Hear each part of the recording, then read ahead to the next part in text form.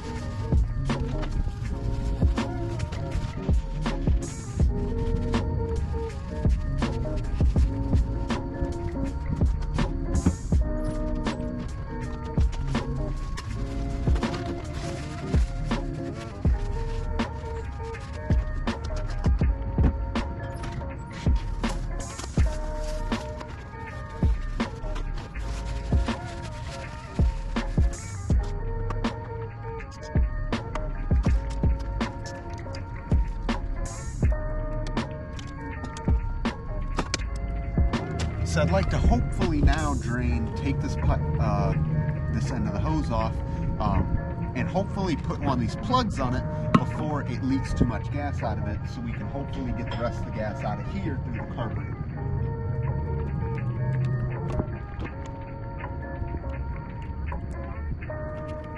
Alright, so that's off of there. Now we really just have to get the gas out of the carburetor, and then most of the fluids will be drained from the engine.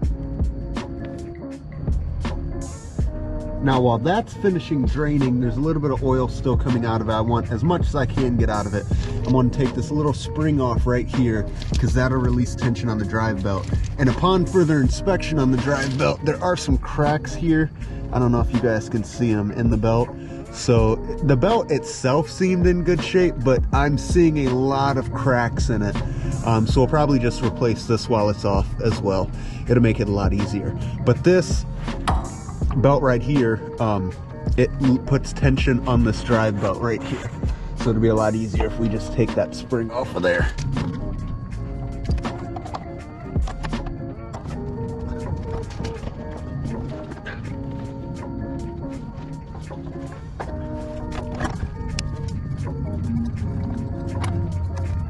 Now that I have that spring off of there and a lot of tension is relieved, we can try to get this out of here quick. The one that I was watching a video on a 325 is these 225s are not as common, I guess, or not as worth making videos about apparently. So there are a few things we're going to learn here and there, but it's going along pretty well so far. So we're going to go now and take the air filter off. So just when I take the carburetor and everything off, it doesn't leak fuel into the air filter.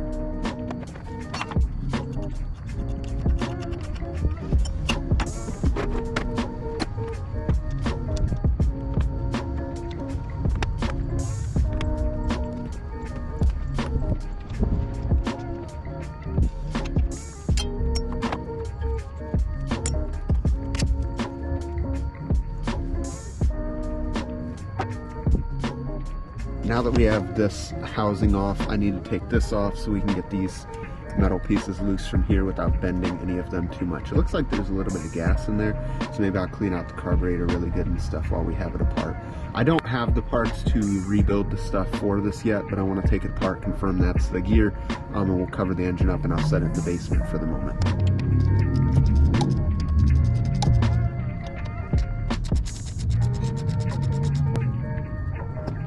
The nice thing about me taking this off right here is the fact that it'll technically disconnect the choke and the throttle cable from the dashboard up there from the engine. And then we'll just hold it. We'll just take this off and we'll put the bolts back in the engine holes where they came from to make sure we don't lose them.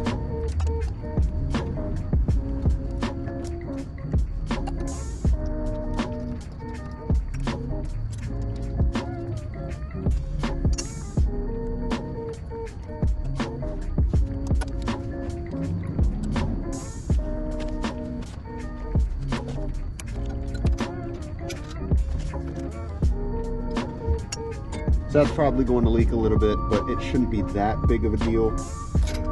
Disconnect that, and we'll disconnect this right here.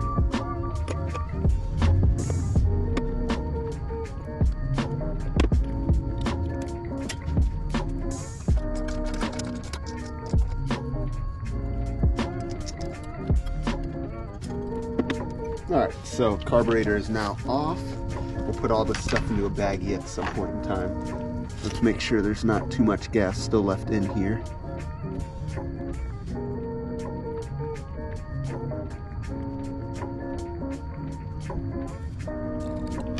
So now that those are off, we'll put these nuts back up on here just to make sure we don't lose them. Connections wise, we have these. These do seem relatively easy to disconnect.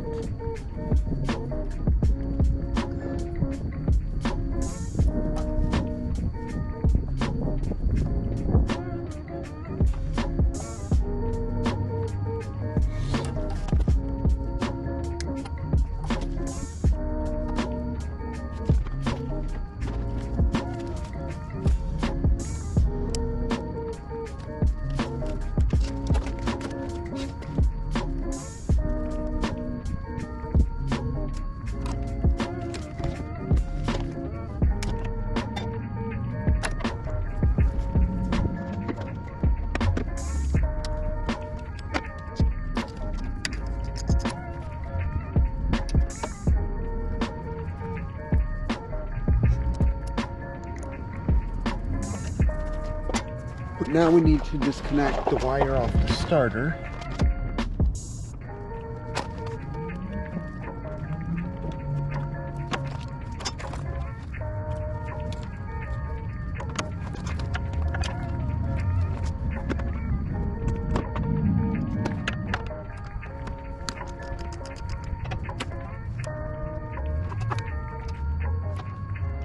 It's also nice to have the recording of all this, because then I can watch it if I forget something. So now let's get this hood off of here, which we put it back on a little while ago.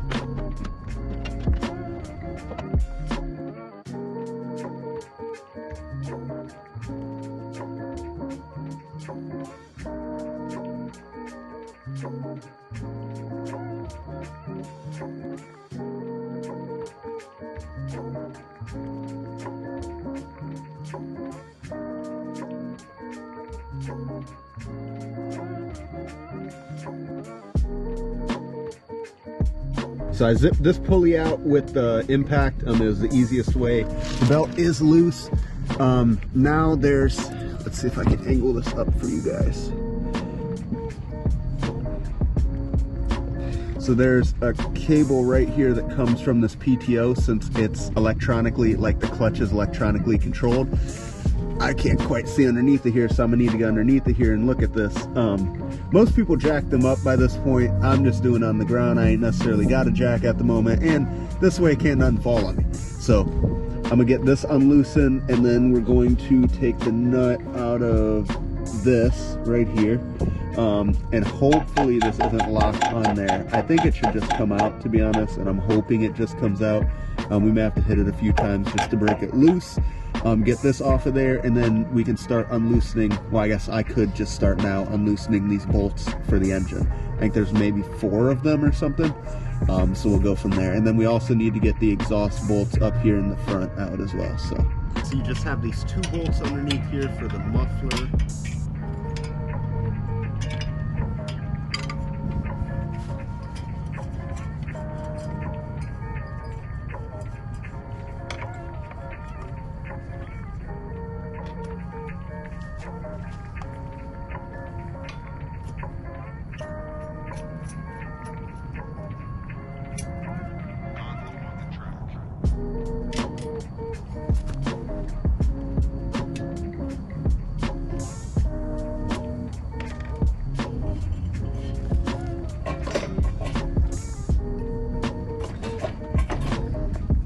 I ran out of space on the dang GoPro, so I apologize for not having that. I've kind of just been out here for the last, I don't know, maybe hour and a half, hammering away at this, trying to get it done, not actually hammering it. So I actually went to Harbor Freight and bought this air hammer. It's actually been pretty nice. I think it was like 14 bucks, and it has been wonderful. It has done a great job so far. I definitely made a lot more progress because of that. So I began to hammer away at this. The guy that I saw stuck the bolt in the shaft of the engine and began to hammer away on it with the air hammer. So I did that for a little bit. It made a decent amount of progress till I saw another video where the guy actually went up in here.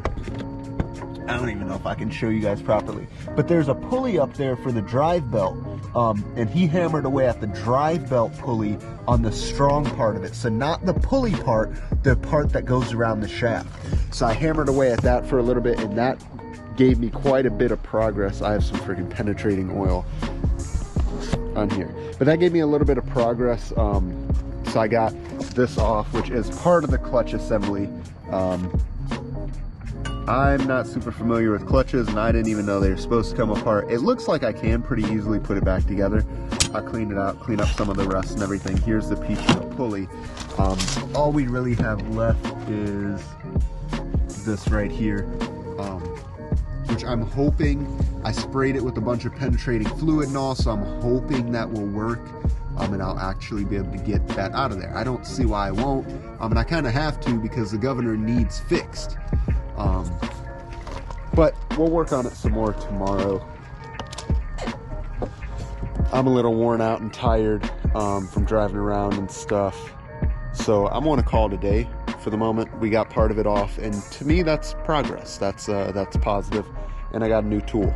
Oh, and then also another thing that kind of made this so much cooler is I watched a video saying that I needed this air hammer to get that PTO off. So I was looking on social media and stuff, because I was just going to buy another air compressor, because this air compressor my grandfather actually gave to me. So it's I believe it's a 12-gallon, 120 PSI, I believe. It has the 1-horse motor. So I searched around, had a very hard time trying to find this model online, because I thought maybe from sitting in the basement it hadn't been used in 4 or 5, maybe 6 years even. So I got it out today. I decided to bring it outside because it's so dark in the basement. It's hard to work on things down there. And I cleaned it all up and everything. I originally had this off of here because I thought the belt was bad.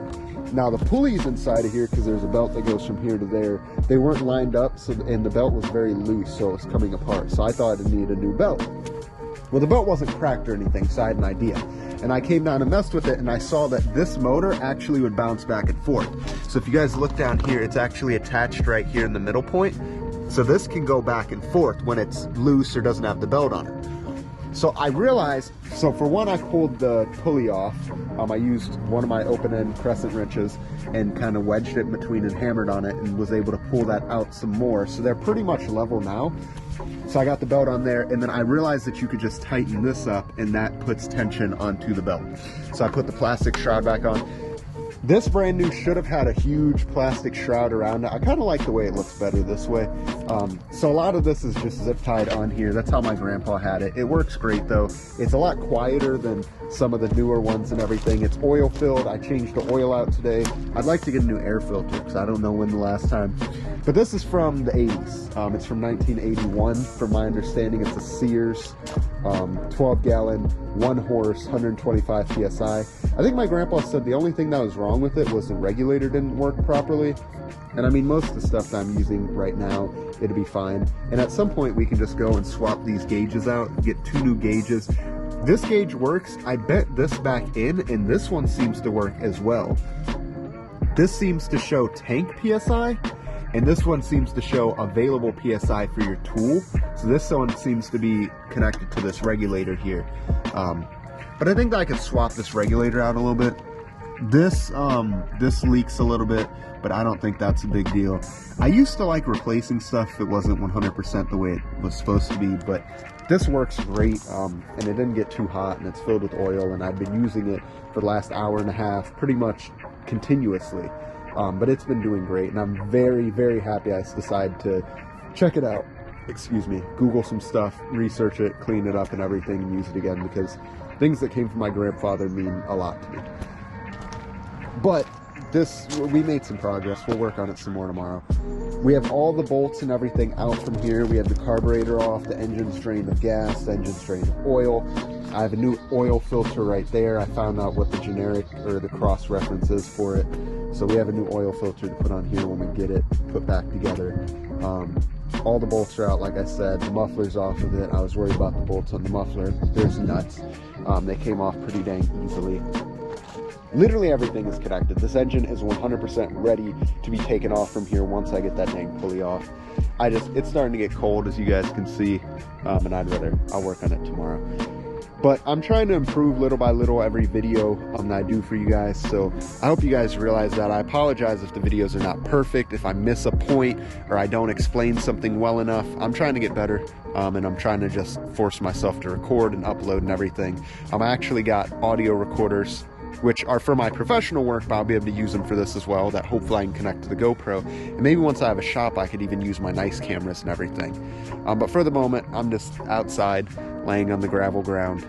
So we'll keep using the GoPro for now, as long as you guys are cool with that. I'm gonna work on this tomorrow, so I'm gonna call it a day.